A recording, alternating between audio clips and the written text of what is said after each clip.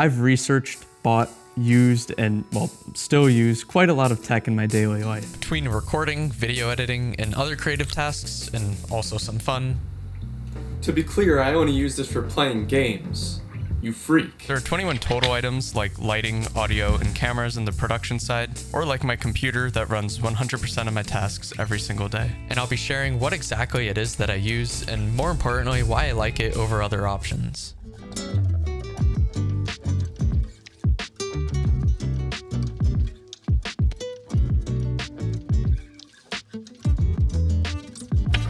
About a month ago, I was EQing my mic audio with my default Apple earbuds, but it wasn't until I played it on the speakers from my laptop and also my iPhone that I realized it sounded way different. So that made me realize that I wanted to get a new pair of earbuds that are just more neutral in the sound. And I don't know if anyone else is like me, but I prefer earbuds over headphones. So I did the rational thing and took a gamble by ordering whatever I saw someone talk about in a TikTok comment section, which happened to be the Sigma EW200s. But yeah, these are IEMs, which stands for in-ear monitors and not earbuds. So yeah, instead, I just prefer to call these incredibly nice. And it's not just in sound quality. I don't know if you can hear this, but these are fully metal, and it's crazy. I've used $200 headphones. I've used my $250 AirPod Pros. These are very comparable. They sound so great, and they're only $35. But I guess that's kind of just the regular price when they don't have an Apple logo on it. And if you're asking why I don't just use my AirPods, I actually do, but it's only when I'm editing that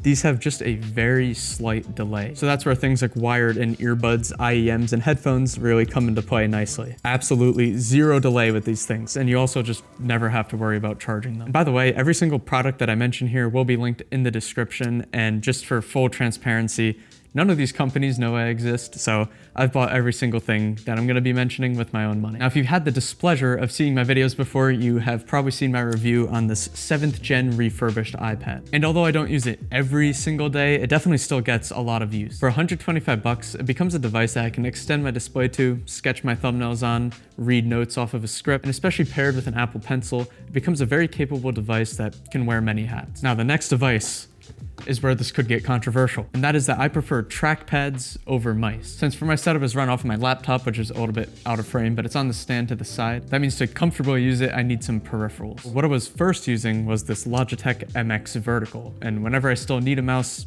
this is what I use. But most of the time I find myself opting for my Magic trackpad. Since this is an Apple trackpad, I get all the gestures like moving between all of my different desktops. So not only do I find that it just kind of integrates much easier, but hear me out, it's actually a lot more comfortable. Something about it is just so seamless, being able to just freely move your hand around it, and it kind of tracks your finger movement instead of your wrist and arm movement. And things like the 3-finger drag, which if you don't know, you can set it up and it pretty much simulates clicking and dragging. You just put 3 fingers down and move them wherever you want, and it is buttery smooth. So for my keyboard, I would actually love to have a mechanical one, but if you know of any with a good Mac layout, feel free to send the suggestions my way. What I have right now is a Mac Ally wireless one. It's kind of just a default keyboard, and it does have an incredible battery life. I swear I've charged this like twice in a year. But there is one big flaw, and that is right here. It is a Mac layout, but what they did is they switched the function and the control key, which I don't know why you would do that, but it always messes me up, because for a lot of keyboard shortcuts and editing softwares and whatnot, I'm using that key, so I always end up hitting the wrong one. That's the one thing that I've just never been able to adapt to with this keyboard, and it just still bugs me. I don't know, I hope it's some like legal patent issue and they didn't just try to be quirky, or should I say, tried to be QWERTY. I'll leave, I'm done, I'll leave. But with it being only 1/3 of the price of the Apple Magic Keyboard, that decision was pretty easy for me. As you can tell, I'm pretty selective where I let Apple steal my money. And by let them steal it, I mean I choose to burn it. Now my go-to recommendation, if you need something to spice up your desk, but at the same time actually be useful, I always recommend the Stream Deck. As you can see here, I have the smallest one with 6 keys, and I mostly use it to open up websites, specific subfolders, apps and use keyboard shortcuts for different softwares. Now, I don't think that they're necessary at all, but I do think in the long run, it will save you quite a lot of time. I can at least for sure say that for video editing, it has saved a ton of time. The software they use integrates really well with other apps, and they have an entire storefront with plugins for things like Spotify, just your basic system sounds, Microsoft Excel, different video editing softwares, OBS Studio, and there's actually quite a lot more. Some of them are paid, but most of the ones that I've found and used have been completely free. And of course, if you don't want to pay, you can set up your own custom hotkeys, macros, and even add your own little images to it. Pretty cool. Now, the last piece of tech that is always sitting at my desk that I use every single day, that is of course my 34-inch ultrawide MSI monitor, which I actually got for about 250 bucks refurbished on Amazon. The colors are not the best. It's definitely not the most incredible quality, and it has this weird matte screen on it, which is not the same as nano texture on a MacBook. So unless Samsung wants to send me one of their 49-inch monitors, I will not be needing another one.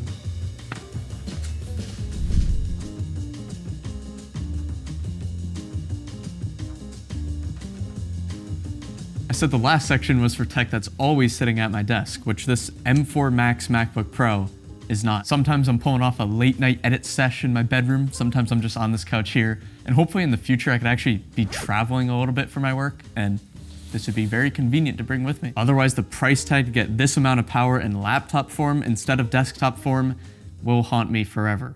In my experience, compared to any other Windows laptop that I've owned, MacBooks have always been a lot more reliable. They just generally work better with the creative apps. I've spent pretty much no time troubleshooting anything with these and spent a lot more time actually creating and editing. But yeah, this is by far the most powerful and overkill computer that I've ever owned. It has a 16-core CPU, a 40-core GPU, 64 gigs of RAM, and a 2 terabyte internal SSD. There is absolutely no limit with what I can do in this thing, and some on top of that for anything in my workflow, like color grading, and I've just been learning some very basic stuff in the Fusion tab of DaVinci Resolve, but it's definitely something that I've been enjoying learning, and I've been absolutely not limited. I do everything from scripting, editing, making the thumbnails, and uploading all on this device here.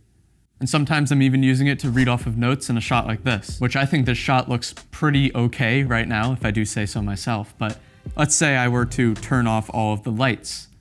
Well, that just doesn't look as good, does it? I will be getting into which camera and lens I use on a daily basis, but first I want to talk about what I think really makes or breaks an image and is much more impactful, and that is lighting. So right now, the only light that's on is that lamp in the background. So everything that's lighting me on this side is just from the good old natural sun, which, as you can probably tell, I don't see enough of. But my first, most important, biggest, strongest, and key light is the Neewer 300B. As you'll be finding out, all of the lights that I own are from the same exact brand, Neewer. You've probably seen them if you've ever just been scrolling through Amazon for lighting. I would say they're kind of on like the budget end of professional. Like I said, this is my most powerful light. It can get pretty bright, and that is also double diffused right now. So with that off, it would be even brighter. And it also has bicolor capability, so it's not RGB, but it can get cooler and then warmer light, which is always nice. And to follow that up, I have two, although less powerful, but still impactful panel lights, the Neewer 660Bs. The first one I have is just right there, and it's kind of just to fill in the shadow side of my face. I have it on a relatively low setting. And the second light I have is back there and way up there, and I have it matching the color temperature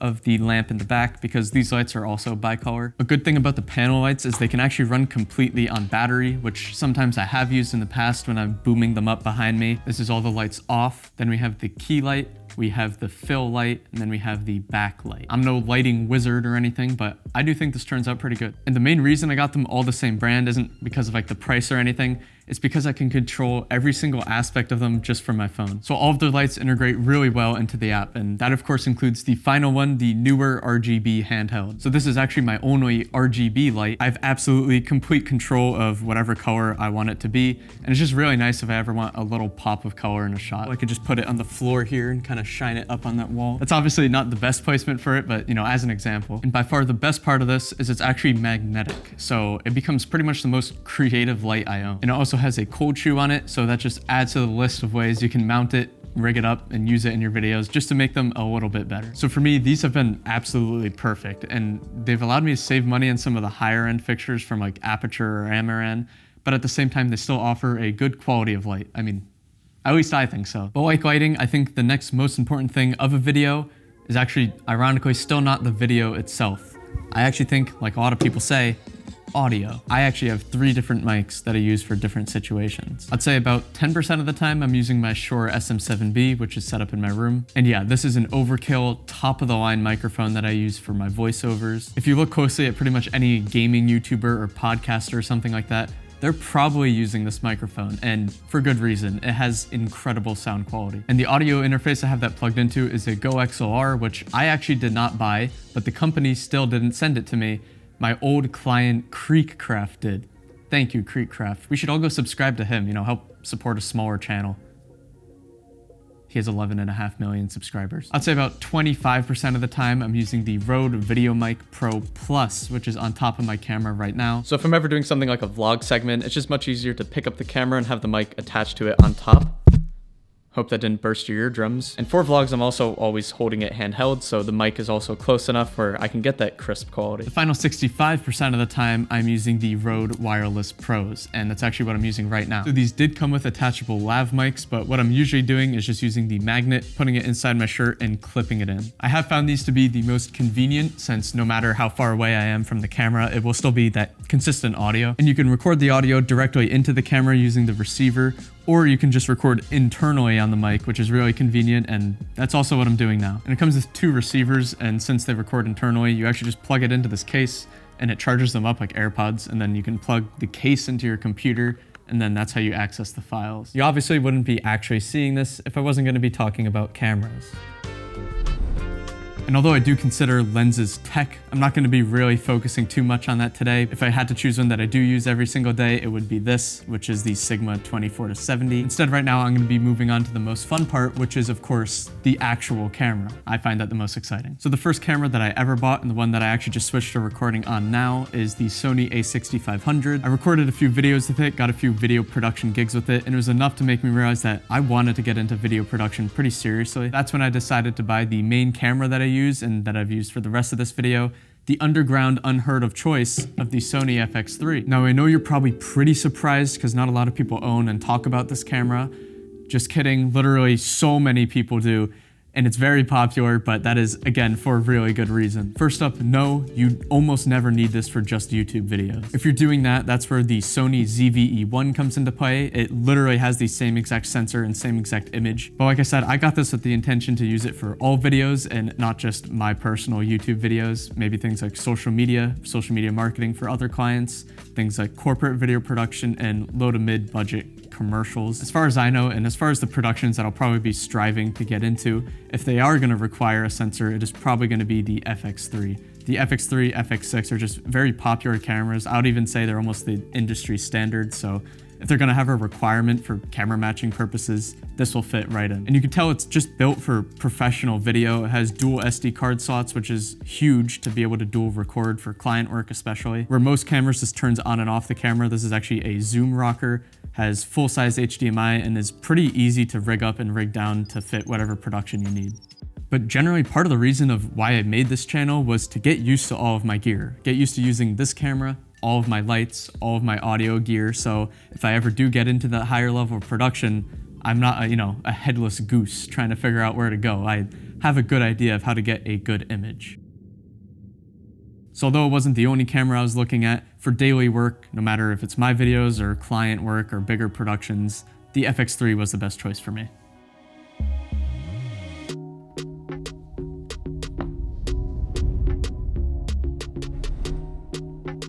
As far as other tech that I use daily, it includes my iPhone 11, my AirPod Pros, my Apple Watch, and sometimes even my VR headset for playing video games, the true cinematic experience. That's all I use this headset for, don't be weird. And also my lightsaber, because you'll never know what the day will bring. Well, I can say that I have had absolutely zero issues with any of this tech. Knock on wood. I don't want to jinx it. There's the saying, buy once, cry once, and I think that applies to my tech. A lot of the brands I use you've probably heard of, and typically they're considered the more premium options. On top of that, the majority of things here, including the most expensive purchases like my lenses and cameras, were bought used, open box, or refurbished to save as much money as possible. I do make sure that whatever it is that I am buying is built to last, and if I have to spend a little extra money to make sure of that, I'm willing to and, well, thankfully able to do that. On this channel, I document my creative lifestyle, so if that's something that you're interested in following along for, feel free to subscribe, and thank you for watching.